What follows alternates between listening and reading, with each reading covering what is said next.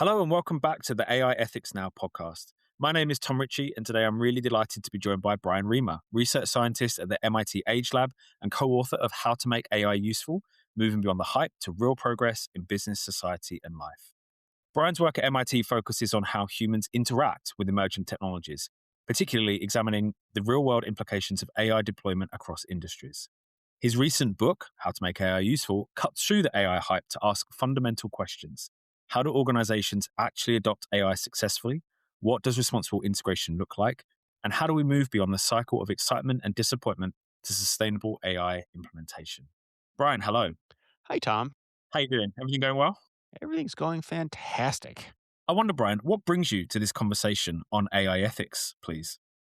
Tom, I've been working in areas of automated driving and AI for best part of 2 decades, and I see so many applications and potential of AI in reshaping how we live and move. But fundamentally, the foundations of success to me tie heavily to trust. Trust in what the technology can do, trust in how the technology can help me, and trust in my information and data that I provide these technologies. And that really ties over very closely to the ethical considerations. Okay. How is that stored? How is that harnessed? How is that leveraged over time? Ethically, where do we want AI to support us cohesively over the years ahead? And where might the ethics suggest that human innovation and human capability should be taking the lead? Yeah, and I like the focus that you put of this human in the loop and the role that that plays in AI and the need for the human to remain at the center of any of these discussions. And you described that AI's journey goes from wow to whoa to grow. Where do you think we're actually at right now? And what do you think is holding us back from moving forward? It's interesting. And the book uses the wow, well, growth philosophy or framework. And I think we're still in the wow phase. I think we're still thinking about all the stuff that AI can do for us. And one of the pieces in the book that we really harness and focus on is that, the real value of AI is in, is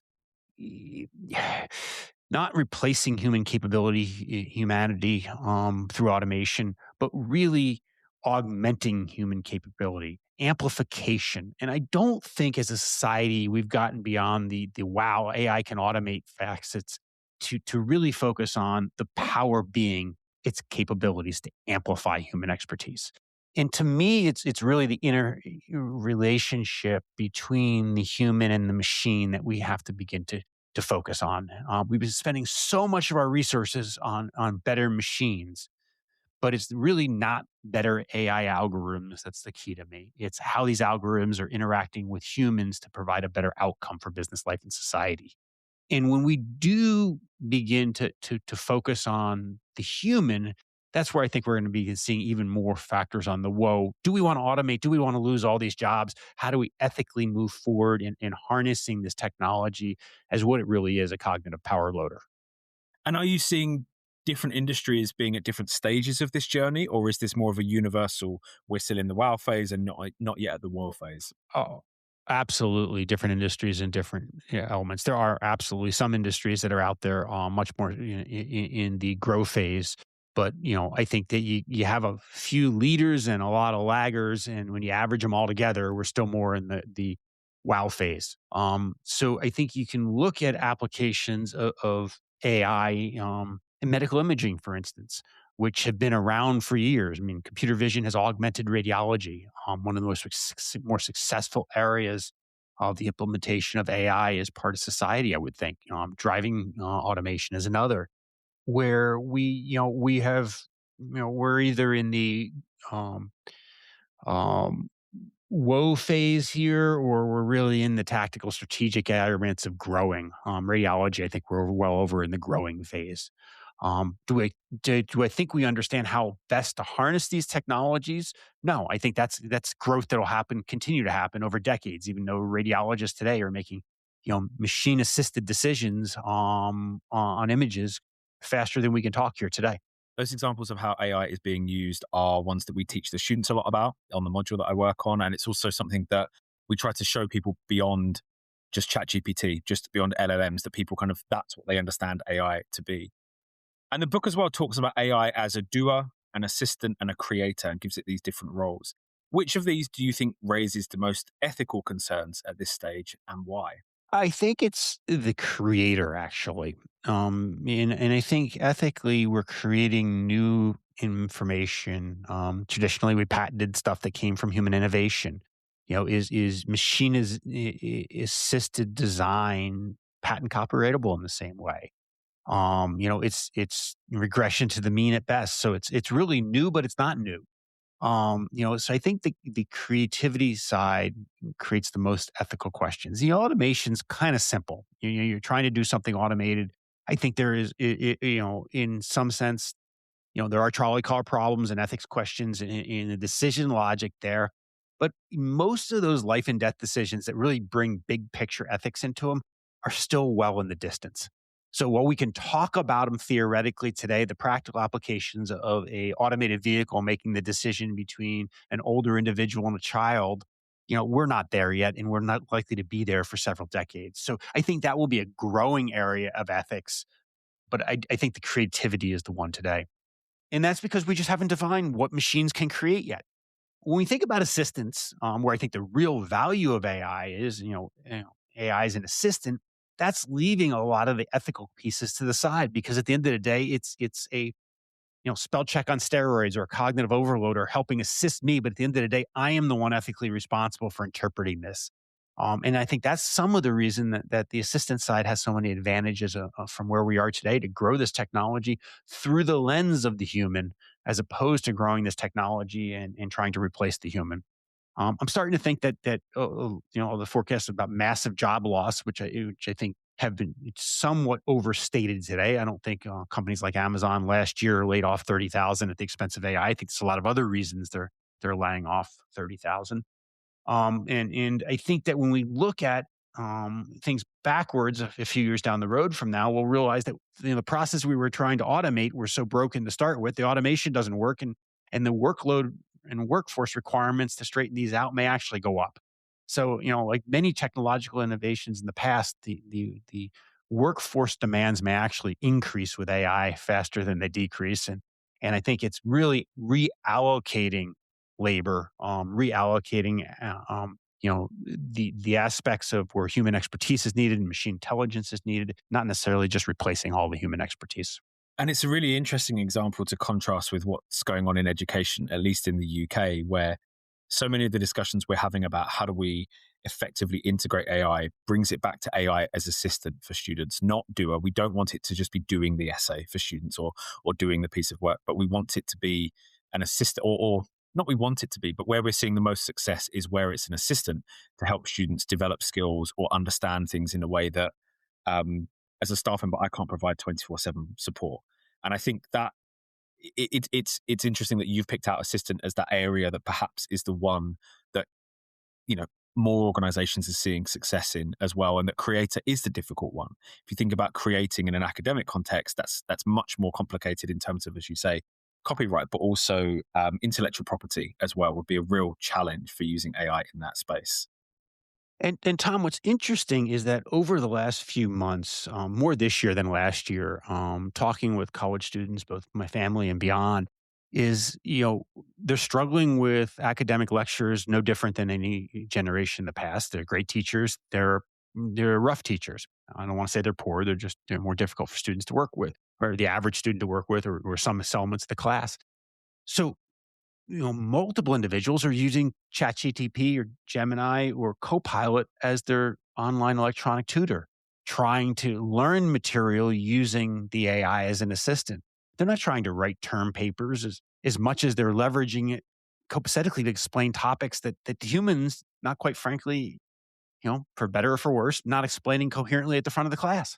So I think we need to embrace education needs to dramatically shift. And there's a lot in the US in particular, I'm sure the same in the UK, where there is a fear of a mass reduction in the amount of colleges and universities. Education is being democratized through these tools. Humans hallucinate, so why wouldn't you expect AI to? I'm not going to say that every college professor is lecturing on fact. They're not. They're interpreting it. Is AI better or worse? That's an interesting debate. I'm sure it's better on some aspects and not others. And these are the ethical decisions that we need to have as we look to how do we educate the populace over the next several decades or more.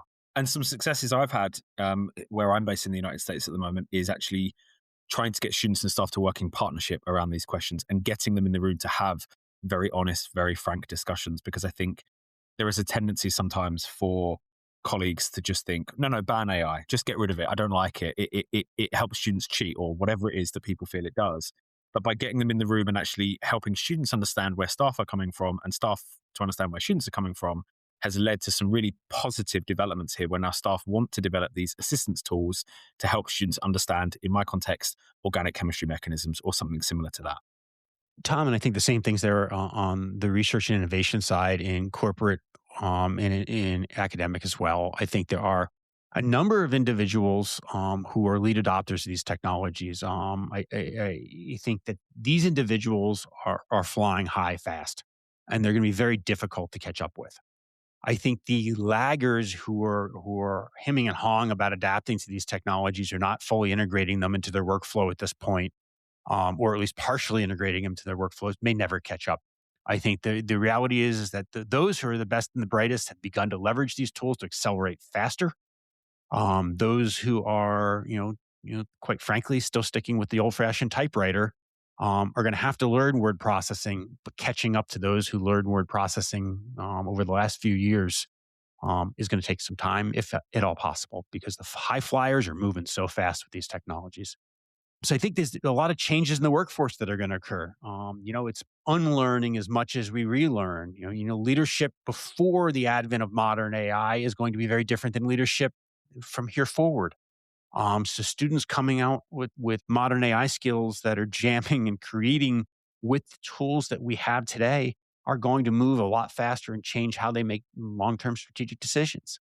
So I think it's not if, it's when we begin to embrace that AI is going to change everything about how we live and move. The question is just how. It's happening in my handset today. It's happening in my car. It's happening in everything filtering through my inbox. So, the question becomes ethically, what do I want to retain as human control? Where? And what am I willing to just say, you know, there's some support out there that can help me be better. I love that it comes back to that need for almost us to be better. You mentioned earlier on, we can keep making the tools better and better, but we as humans need to be better with how we interact with them, how we engage with them, and how we critically analyze the ethics that come with using these tools in different ways. And you mentioned in the book as well that success is toxic. And you mentioned that when discussing why established companies are struggling with AI adoption. And I think given the conversation we've had, it would be great for you to be able to unpick, what do you mean by that for organizations that are trying to integrate AI responsibly? So I think that there's a lot in organizations today that it's all about we can't be left behind. And this isn't every organization. There are some organizations that have said, okay, we're not going to be leaders here, but we will be the fast followers. A lot of these organizations that say they need to be on this AI bubble are just investing and tossing money at problems that they don't fully appreciate and understand. So I think when we look at AI adoption and we look for success, it's all about starting small, scaring smart, piloting narrow, and then building from there. It's treating AI as a co-pilot, not an autopilot. You know, just keeping our pilots manageable so that we understand how they're integrating and supporting our business flows, that we have a hard enough time without the AI involved. Recognizing that AI can have an amplifier effect in my organization. It can, help top performers benefit, but it can also help teams across the organization in different unique ways. But one of the keys here at the end of the day is, we can't hide it. We need to be using it and embracing it and accepting that it's part of modern life. To me, while large language models and chatbots today are just one embodiment of AI, they're at the end of the day a spell check, grammar check on steroids. If you're not using these as part of your workflow, you're definitely putting out material that is not representing the latest and greatest in what we can produce as individuals. And this isn't any different than spell check that's been around for 20 some odd years. It's just on steroids.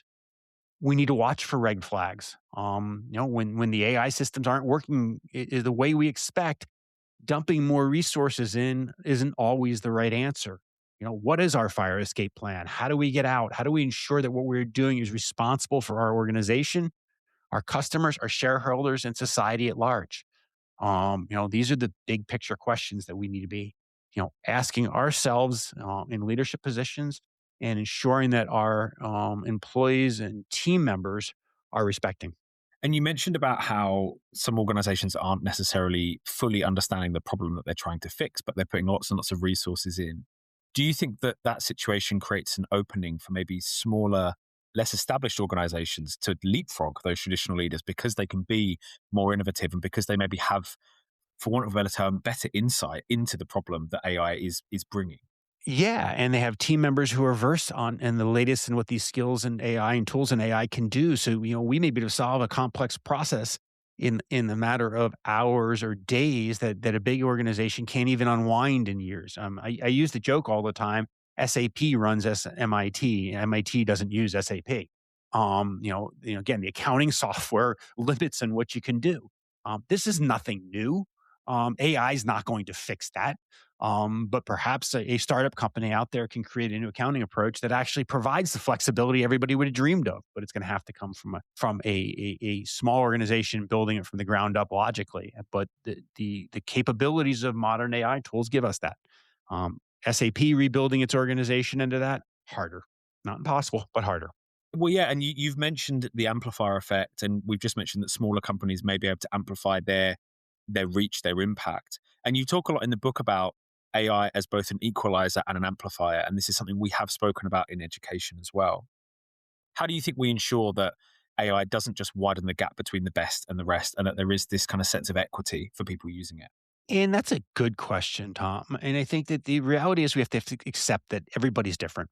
We are going to have lead performers, always have. We are going to have the best and brightest in one direction, and we're going to have fast followers in another direction. And that's part of being human. We need to look at the fact that different populations need these tools in different ways, and we need to look at what are the beneficial uses for tools for each of these populations and arming them most effectively to succeed. It's not amplifying our best and brightest while starving our fast followers. No, each of these groups needs a different set of tools for a different purpose or a different set of guidelines on how to use these tools. And my advice to a lot of companies out there is quite simply there is no education system on how to integrate AI into your organization that's going to tell you exactly what to do.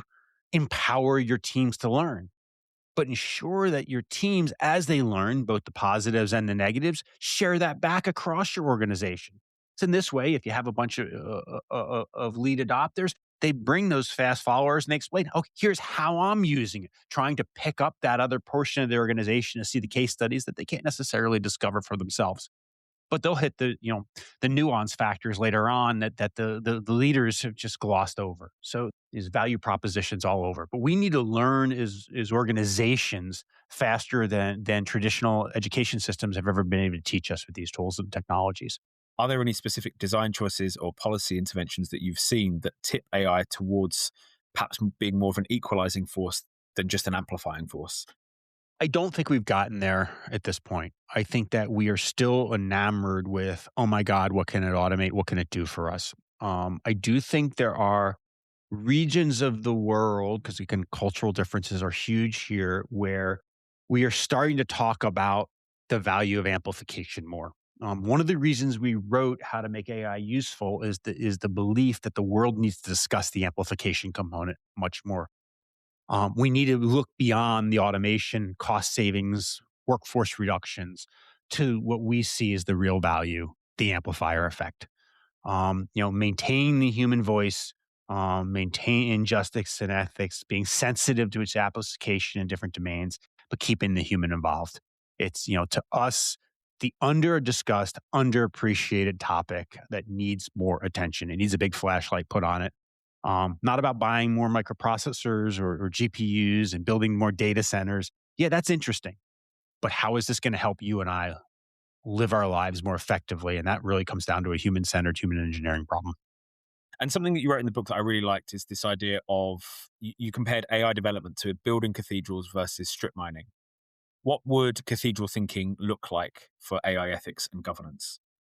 So I think cathedral building really thinks about the intricacies and the components that need to come together. It's not about just terrorizing the ground to solve a problem today. It's about looking at something that's going to last both aesthetically and functionally for decades, if not centuries to come.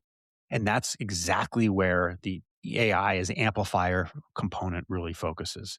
It says, okay, if we want to exist as a society and be better, we need to use the tools we're building to make society better. It's not replacing society as we know it. It's not creating a new welfare system because robots are doing everything for us. It's making our component more effective. And maybe it does help us with a 35-hour work week. I'm sure many of us would love to be doing more and being more efficient to create more time to enjoy the things we want to in life. And that would be hugely successful.